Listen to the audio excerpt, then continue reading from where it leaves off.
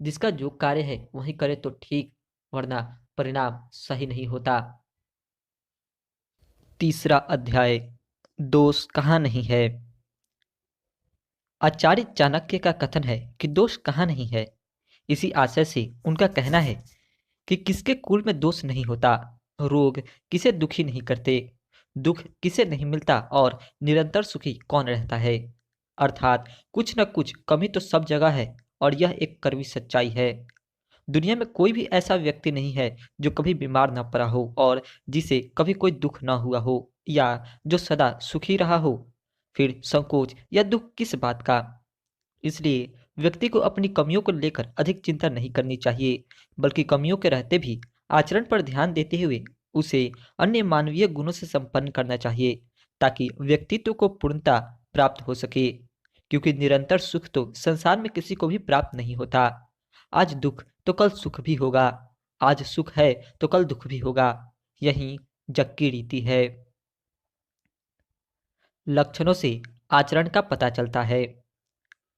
आचार्य चाणक्य लक्षणों से प्राप्त संकेतों की चर्चा करते हुए कहते हैं कि आचरण से व्यक्ति के कुल का परिचय मिलता है, बोली से देश का पता लगता है, आदर सत्कार से प्रेम का, तथा शरीर को देखकर व्यक्ति के भोजन का पता चलता है।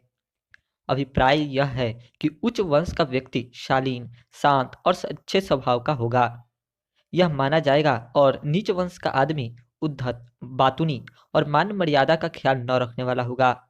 इस बात से तो प्रायः सभी परिचित है कि व्यक्ति अपनी बोली और उच्चारण से पहचाना जाता है कि वह किस देश, किस प्रदेश का रहने वाला है।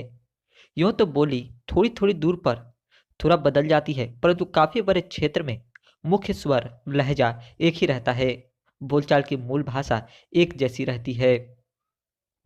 इसलिए यह पहचानने में दिक्कत नहीं होती कि व्यक्ति कहाँ का रहने वाला है। इसी प्रकार व्यक्ति के हाव भाव और क्रियाओं से उसके मन के विचारों का पता चलता है कि उसका स्नेह आचरण वास्तविक है या बनावटी। क्योंकि मन की भावनाओं के अनुरूप ही व्यक्ति कार्य करता है। मन की भावनाओं को छिपाए नहीं रख सकता। आचार्य चाणक्य का यह कथन सही है कि व्यक्ति की देह से उसकी खुराक का अनुमान लगाया जा सकता है। व्यवहार कुशल बने। आचार्य चाणक्य व्यवहारिकता की चर्चा करते हुए कहते हैं कि कन्या का विवाह किसी अच्छे घर में करना चाहिए, पुत्र को पढ़ाई लिखाई में लगा देना चाहिए, मित्र को अच्छे कार्यों में तथा शत्रु को बुराइयों में लगा देना चाहिए। यही व्यवहारिकता है और समय की मांग भी। आशय यह है कि कुशल व्यक्ति वही है जो बेटी के विवाह योग्य होते हैं उसका विवाह देखभाल कर किसी अच्छे खानदान में कर दे और बेटे को अधिक से अधिक शिक्षा दे, ताकि वह अपने जीवन में आजीविका की दृष्टि से आत्मनिर्भर बन सके। मित्र को मेहनत, परिश्रम, ईमानदारी की सीख दे, ताकि सद परामर्श से वह अपना जीवन सुधार सके और किसी अच्छे काम में लग जाए। किंतु दुश्मन को बुरी आदतों का शिकार बना दे, ताकि वह उसमें उलझकर आपको अनावश्यक रूप से तंग न करे। दुष्ट से बचें। आचार्य चाणक्य दुष्टता की दृष्टि से तुलना करते हुए उस पक्ष को रख रहे हैं जहां दुष्टता का प्रभाव दुष्प्रभाव कम से कम पड़े। उनका मानना है कि दुष्ट और सांप, इन दोनों में सांप अच्छा है, न कि दुष्ट। सांप तो एक ही बार डसता है, किंतु दुष्ट तो पग पग पर डसता रहता है। इसलिए दुष्ट से बचकर रहना चाहिए। अभिप्राय यह है, यदि यह पूछा जाए कि दुष्ट और सांप में कौन अच्छा है, तो इसका उत्तर है सांप दुष्ट से 1000 गुना अच्छा है। क्योंकि सांप तो कभी कभार किसी विशेष कारण पर ही मनुष्य को डसता है, किंतु दुष्ट तो पग पग पर डसता रहता है। दुष्ट का कोई भरोसा नहीं कि कब क्या कर बैठे, और यह भी तथ्य है कि सांप तभी काटता है जब उस पर पांव पड़ जाए या वह किसी कारण भयभीत हो जाए। लेकिन दुष्ट दुर्जन तो अकारण ही दुख पहुंचाने का यत्न करता है। संगति कुलीनों की करें। आचार्य चाणक्य यह कुलीनता का वैशिष्ट्य बताते हुए कहते हैं कि कुलीन लोग आरंभ से अंत तक साथ नहीं छोड़ते। वे वास्तव में संगति का धर्म निभाते हैं। इसलिए राजा लोग कुलीनों का संग्रह करते हैं, ताकि समय समय पर सत्परामर्श मिल सके। अभिप्राय यह है कि अच्छे खानदानी व्यक्ति जिसके साथ मित्रता करते हैं उसे जीवन भर निभाते हैं। वे शुरू से अंत तक सुख और दुख दोनों दशाओं में कभी साथ नहीं छोड़ते। इसलिए राजा लोग ऐसे कुलीनों को अपने पास रखते हैं। इसलिए राजा लोग और राजपुरुष महत्वपूर्ण एवं विशिष्ट राजकीय सेवाओं में कुलीन पुरुषों की नियुक्ति उनके उच्च संस्कारों और परंपरागत शिक्षा दीक्षा के कारण ही करते हैं। वे कभी नीच अथवा ओछे हथकंडे अपनाकर अपने स्वामी के साथ छल या धोखा नहीं करते। सज्जनों का सम्मान करें। यह आचार्य चाणक्य परिस्थितिवश आचार में आने वाले परिवर्तन के स्तर और स्थिति को इंगित करते हुए धीर गंभीर व्यक्ति की श्रेष्ठता प्रतिपादित करते हुए कहते हैं कि सागर की तुलना में धीर गंभीर पुरुष को श्रेष्ठतर माना जाना चाहिए, क्योंकि जिस सागर को लोग इतना गंभीर समझते हैं, प्रलय आने पर भी अपनी मर्यादा भूल जाता है और किनारों को तोड़कर जल थल एक कर देता है। परंतु साधु अथवा श्रेष्ठ व्यक्ति संकटों का पहाड़ टूटने पर भी मर्यादाओं का उल्लंघन नहीं करता। अतः साधु पुरुष सागर से भी महान होता है। यूं तो मर्यादा पालन के लिए सागर आदर्श माना जाता है। वर्षा में उफनती नदियों को अपने में समेटता हुआ भी सागर अपनी सीमा नहीं तोड़ता, परंतु प्रलय आने पर उसी सागर का जल किनारों को तोड़ता हुआ सारी धरती को ही जलमय कर देता है। सागर प्रलय काल में अपनी मर्यादा को सुरक्षित नहीं रख पाता, किंतु इसके विपरीत साधु पुरुष प्राणों का संकट उपस्थित होने पर भी अपने चरित्र की उदारता का परित्याग नहीं करते। वे प्रत्येक अवस्था में अपनी मर्यादा की रक्षा करते हैं। इसलिए संत पुरुष समुद्र से भी अधिक गंभीर माने जाते हैं और उनका सम्मान करना चाहिए। मूर्खों का त्याग करें। आचार्य चाणक्य यहाँ नर पुरुष की चर्चा करते हुए कहते हैं कि मूर्ख व्यक्ति को दो पैरों वाला पशु समझकर त्याग देना चाहिए, क्योंकि क्योंकि वह अपने शब्दों से शूल के समान उसी तरह भेदता रहता है जैसे अदृश्य कांटा चुभ जाता है। आशय यह है कि मूर्ख व्यक्ति मनुष्य होते हुए भी पशु ही है। जैसे पाँव में चुभा हुआ कांटा दिखाई तो नहीं पड़ता, पर उसका दर्द सहन नहीं किया जा सकता है। इसी प्रकार मूर्ख व्यक्ति के शब्द दिखाई नहीं देते, किंतु हृदय में सूल की तरह चुभ जाते हैं। मूर्ख को त्याग देना ही उचित रहता है। विद्या का महत्व पहचाने। आचार्य चाणक्य विद्या का महत्व प्रतिपादित करते हुए कहते हैं कि रूप और यौवन से संपन्न उच्च कुल में उत्पन्न होकर भी विद्याहीन मनुष्य सुगंधहीन फूल के समान होते हैं और शोभा नहीं देते। आशय यह है कि मनुष्य चाहे कितना ही सुंदर और जवान हो और धनी घराने में पैदा हुआ हो, किंतु यदि वह विद्याहीन है, मूर्ख है, तो उसे सम्मान नहीं मिलता। विद्या मनुष्य की सुगंध के समान है। जैसे सुगंध न होने पर किंसुक पुष्प को कोई पसंद नहीं करता, इसी तरह अशिक्षित व्यक्ति की भी समाज में कोई इज्जत नहीं होती। अतः विद्या व्यक्ति को वास्तव में गुणी मनुष्य बनाती है। सूरत से सीरत भली। आचार्य चाणक्य रूप चर्चा करते हुए सूरत की अपेक्षा सीरत को महत्व देते हैं और कहते हैं कि कोयलों का रूप उनका स्वर है। पतिव्रता होना ही स्त्रियों की सुंदरता है। कुरूप लोगों का ज्ञान ही उनका रूप है तथा तपस्वियों का क्षमा भाव ही उनका रूप है। आशय यह है कि कोयलों की सुरीली आवाज ही उनकी सुंदरता है। इसी से वे अपने प्रति आकर्षण पैदा करती है। स्त्रियों की सच्ची सुंदरता उनका पतिव्रत धर्म है। इसी में स्त्री धर्म की सार्थकता निहित है। कुरूप व्यक्ति की सुंदरता उसकी विद्या है, क्योंकि ज्ञान से ही वह स्वयं का आत्म परिष्कार करके जग को प्रकाशित कर सकता है। तपस्वियों की सुंदरता सबको क्षमा करना है, क्योंकि तप से क्रोध पर विजय प्राप्त की जाती है। शालीनता आने पर सहज ही क्षमा भाव जागृत होने लगता है। श्रेष्ठता को बचाएं। आचार्य चाणक्य यह क्रम से श्रेष्ठता को प्रतिपादित करते हुए कहते हैं कि व्यक्ति को चाहिए कि कुल के लिए एक व्यक्ति को त्याग दें। ग्राम के लिए कुल को त्याग देना चाहिए। राज्य की रक्षा के लिए ग्राम को तथा आत्मरक्षा के लिए संसार को भी त्याग देना चाहिए। आशा यह है कि यदि किसी एक व्यक्ति को त्याग देने से पूरे कुल खानदान का भला हो रहा हो, तो उस व्यक्ति को त्याग देने में कोई बुराई नहीं है। यदि कुल को त्यागने से गांव भर का भला होता हो, तो कुल को भी त्याग देना चाहिए। इसी प्रकार यदि गांव को त्यागने पर देश का भला हो, तो गांव को भी त्याग देना चाहिए। किंतु अपना जीवन सबसे बड़ा है। यदि अपनी रक्षा के लिए सारे संसार का भी त्याग करना पड़े, तो संसार का त्याग कर देना चाहिए। जान है तो जहान है, यही उत्तम कर्तव्य है। परिश्रम से ही फल मिलता है। आचार्य चाणक्य आचरण की चर्चा करते हुए कहते हैं कि उद्यम से दरिद्रता तथा जप से पाप दूर होता है। मौन रहने से कलह और जागते रहने से भय नहीं होता। आशय यह है कि परिश्रम उद्यम करने से गरीबी नष्ट होती है, अतः व्यक्ति को श्रम करना चाहिए ताकि जीवन संपन्न हो सके। भगवान का नाम जपने से पाप दूर होते हैं, मन और आत्मा शुद्ध होती है, शुद्ध कर्म की प्रेरणा मिलती है, व्यक्ति दुष्कर्म से दूर होता है, चुप रहने से झगड़ा नहीं बढ़ता और अप्रिय स्थितियां टल जाती है, तथा जागते रहने से किसी चीज का डर नहीं रहता, क्योंकि सजगता से व्यक्ति चीजों को खतरे से पूर्व ही संभाल सकता है। अति का त्याग करें। यह आचार्य चाणक्य अति सर्वत्र वर्जयते के सिद्धांत का प्रतिपादन करते हुए कहते हैं कि अधिक सुंदरता के कारण ही सीता का हरण हुआ था।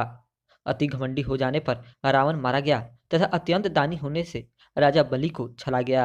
इसलिए अति सभी जगह वर्जित है। वाणी में मधुरता लाएं। आचार्य चाणक्य मधुरा भाषिता को व्यक्तित्व का महत्वपूर्ण गुण बताते हुए कहते हैं कि सामर्थ्यवान व्यक्ति को कोई वस्तु भारी नहीं होती, व्यापारियों के लिए कोई जगह दूर नहीं होती, विद्वान के लिए कहीं विदेश नहीं होता, मधुर बोलने वाले का कोई पराया नहीं होता। अभिप्राय यह है कि समर्थ व्यक्तियों के लिए कौन सी वस्तु भी भारी होती है। वह अपनी सामर्थ्य के बल पर कुछ भी विचार कर सकता है। व्यापारी के लिए दूरी क्या, वह वस्तु व्यापार के लिए कहीं भी जा सकता है।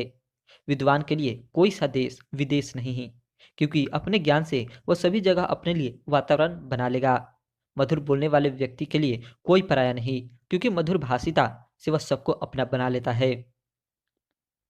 गुणवान एक भी पर्याप्त है। आचार्य चाणक्य कहते हैं कि गुणवान अपने एक भी गुणों का विस्तार करके नाम कमा लेता है। उनका कहना है कि वन में सुंदर खिले हुए फूलों वाला एक ही वृक्ष अपनी सुगंध से सारे वन को सुगंधित कर देता है। इसी प्रकार एक ही पुत्र सारे कुल का नाम ऊंचा कर देता है। आचार्य चाणक्य गुणवत्ता को प्रतिपादित करते हुए कहते हैं कि एक ही सूखे वृक्ष में आग लगने पर सारा वन जल जाता है, इसी प्रकार एक ही पुत्र सारे कुल को बदनाम कर देता है। आचार्य चाणक्य गुणवान के अकेले होने पर भी बहुसंख्या की अपेक्षा कमतरों की सार्थकता प्रतिपादित करते हुए कहते हैं कि जिस प्रकार अकेला चंद्रमा रात की शोभा बढ़ा देता है, ठीक उसी प्रकार एक ही विद्वान सज्जन पुत्र कुल को आह्लादित करता है। एक ही पुत्र की पर्याप्तता प्रतिपादित करते हुए कहते हैं कि शोक और संताप उत्पन्न करने वाले अनेक पुत्रों के पैदा होने से क्या लाभ। कुल को सहारा देने वाला एक ही पुत्र श्रेष्ठ है, जिसके सहारे सारा कुल विश्राम करता है। माता पिता भी दायित्व समझें।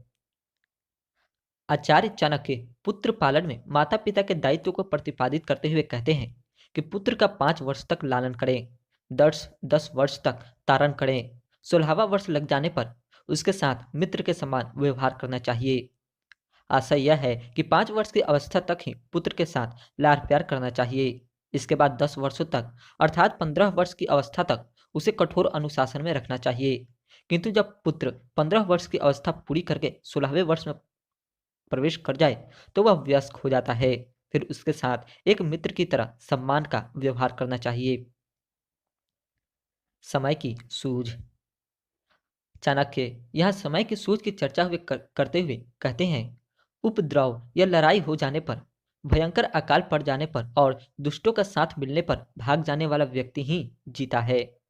आशा यह है कि कहीं पर भी अन्य लोगों के बीच में लड़ाई झगड़ा दंगा फसाद हो जाने पर, भयंकर अकाल पड़ जाने पर और दुष्ट लोगों के संपर्क में आ जाने पर उस स्थान को छोड़कर भाग खड़ा होने वाला व्यक्ति अपने को बचा लेता है। ऐसी जगहों से भाग जाना ही सबसे बड़ी समझदारी है। जीवन की निष्फलता। आचार्य चाणक्य जीवन की निरर्थकता की चर्चा करते हुए कहते हैं कि जिस मनुष्य को धर्म, धन, भोग, मोक्ष में एक भी वस्तु नहीं मिल पाती, उसका जन्म केवल मरने के लिए होता है। आशा यह है कि धन, धर्म, काम तथा मोक्ष पाना मनुष्य जीवन के 4 कार्य हैं। जो व्यक्ति न तो अच्छे काम करे धर्म का संचय करता है, न ही धन कमाता है, न काम भोग आदि इच्छाओं को ही पूरा कर पाता है और न ही मोक्ष की प्राप्त करता है, उसका जीना या मरना एक समान है। वह जैसा इस दुनिया में आता है वैसा ही यहाँ से चला जाता है। उसका जीवन निरर्थक है। लक्ष्मी का वास। चाणक्य विद्वानों एवं स्त्री के सम्मान में खुशहाली एवं शांति की स्थिति का प्रतिपादन करते हुए कहते हैं कि जहाँ मूर्खों का सम्मान नहीं होता, अन्न का भंडार भरा रहता है और जहाँ पति पत्नी में कलह नहीं हो, वहाँ लक्ष्मी स्वयं आती है। आशय यह है कि जिन घरों में कोई भी व्यक्ति मूर्ख नहीं होता, अनाज, खाद्य पदार्थ आदि के भंडार भरे रहते हैं तथा जिन पति पत्नी में आपस में कभी लड़ाई झगड़ा मनमुटाव नहीं रहता, उनके घरों में सुख शांति, धन संपत्ति आदि सदा बनी रहती है। इसलिए यह कहा जा सकता है कि यदि देश की समृद्धि और देशवासियों की संतुष्टि अभीष्ट है, तो मूर्ख के स्थान पर गुणवान व्यक्तियों को आदर देना चाहिए। बुरे दिनों के लिए अन्न का भंडारण करना चाहिए तथा घर गृहस्थ में वाद विवाद का वातावरण नहीं बनने देना चाहिए। जब विद्वानों का आदर और मूर्खों का तिरस्कार होगा, अन्न की प्रचुरता होगी तथा पति पत्नी में सद्भाव होगा, तो गृहस्थों के घरों अथवा देश में संपत्ति उत्तरोत्तर बढ़ती ही जाएगी। इसमें संदेह नहीं हो सकता और यही आचरण व्यक्ति और देश को समुन्नत करने में सहायक होगा। चौथा अध्याय, कुछ चीजें भाग्य से मिलती है। आचार्य चाणक्य यहाँ भाग्य को लक्ष्य करके मानव जीवन के प्रारंभ में उसके लेखन को प्रतिपादित करते हुए कहते हैं कि आयु, कर्म, वित्त, विद्या, निर्धन, ये 5 चीजें प्राणी के भाग्य में तभी लिख दी जाती है जब वह गर्भ में ही होता है। अभिप्राय यह है कि प्राणी जब माँ के गर्भ में ही होता है, तभी 5 चीजें उसके भाग्य में लिख दी जाती है: आयु, कर्म, धन संपत्ति, विद्या और मृत्यु।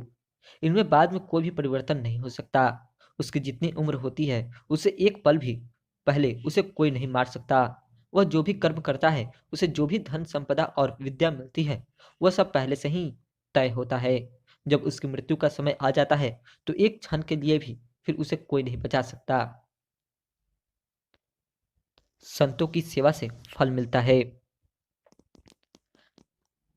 आचार्य यहाँ संतों की सेवा को महत्व देते हुए कहते हैं कि संसार के अधिकतर पुत्र, मित्र, भाई, साधु, महात्माओं, विद्वानों आदि की संगति से दूर रहते हैं। जो लोग सत्संगति करते हैं, वे अपने कुल को पवित्र कर देते हैं। आशय यह है कि लगभग सभी लोग सत्संग से दूर रहते हैं, किंतु जो व्यक्ति सच्चे ज्ञानी महात्माओं का साथ करते हैं, वे अपने कुल को पवित्र करके उसका तारण करते हैं। सत्संग आचार्य सत्संगति की चर्चा करते हुए कहते हैं कि जैसे मछली, मादा कछुआ और चिड़िया अपने बच्चों का पालन क्रमशः देखकर, ध्यान देकर तथा स्पर्श से करती है, उसी प्रकार सत्संगति भी हर स्थिति में मनुष्यों का पालन करती है। जहां तक हो पुण्य कर्म करें। चाणक्य आत्म कल्याण का मार्ग प्रशस्त करते हुए प्रतिबोधित करते हैं कि जब तक शरीर स्वस्थ है, तभी तक मृत्यु भी दूर रहती है। अतः तभी आत्मा का कल्याण कर लेना चाहिए। प्राणों का अंत हो जाने पर क्या प्राणों का अंत हो जाने पर क्या करेगा? केवल पश्चाताप ही शेष रहेगा। यह आशय यह है कि जब तक शरीर स्वस्थ रहता है, तब तक मृत्यु का भी भय नहीं रहता। अतः इसी समय में आत्मा और परमात्मा को पहचान कर आत्म कल्याण कर लेना चाहिए। मृत्यु हो जाने पर कुछ भी नहीं किया जा सकता। विद्या कामधेनु के समान होती है। आचार्य विद्या विद्या के महत्व को प्रतिपादित करते हुए उसके प्रयोजन और उपयोग की चर्चा करते हैं। उनका कहना है कि विद्या कामधेनु के समान गुणों वाली है, बुरे समय में भी फल देने वाली है, प्रवास काल में माँ के समान है तथा गुप्त धन है। आशय यह है कि विद्या कामधेनु के समान सभी इच्छाओं को पूरा करने वाली है। बुरे से बुरे समय में भी यह साथ नहीं छोड़ती। घर से कहीं बाहर चले जाने पर भी यह माँ के समान रक्षा करती है। यह एक गुप्त धन है। इस धन को कोई नहीं देख सकता। आचार्य चाणक्य मानते हैं कि विद्या एक गुप्त धन है, अर्थात एक ऐसा धन जो दिखाई नहीं देता पर वह है और अनुभव की वस्तु है, जिसका हरण तथा विभाजन नहीं हो सकता। अतः वह सब प्रकार से सुरक्षित और विश्वसनीय भी है। वहीं समय पड़ने पर आदमी के काम आता है। गुणवान पुत्र एक ही पर्याप्त है। आचार्य गुण तथा योग्यता के आधार पर पुत्र के महत्व को प्रतिपादित करते हुए कहते हैं कि केवल एक गुणवान और विद्वान पुत्र सैकड़ों गुणहीन निकम्मे पुत्रों से अच्छा होता है। जिस प्रकार एक चांद ही रात्रि के अंधकार को दूर करता है, असंख्य तारे मिलकर भी रात्रि के गहन अंधकार को दूर नहीं कर सकते, उसी प्रकार एक गुणी पुत्र ही अपने कुल का नाम रोशन करता है। उसे ऊंचा उठाता है, ख्याति दिलाता है। सैकड़ों निकम्मे पुत्र मिलकर भी कुल की प्रतिष्ठा को ऊंचा नहीं उठा सके। निकम्मे गुणहीन पुत्र उल्टे अपने बुरे कामों से कुल को कलंकित करते हैं। उनका होना भी किसी काम का नहीं, वे तो अनर्थकारी ही होते हैं।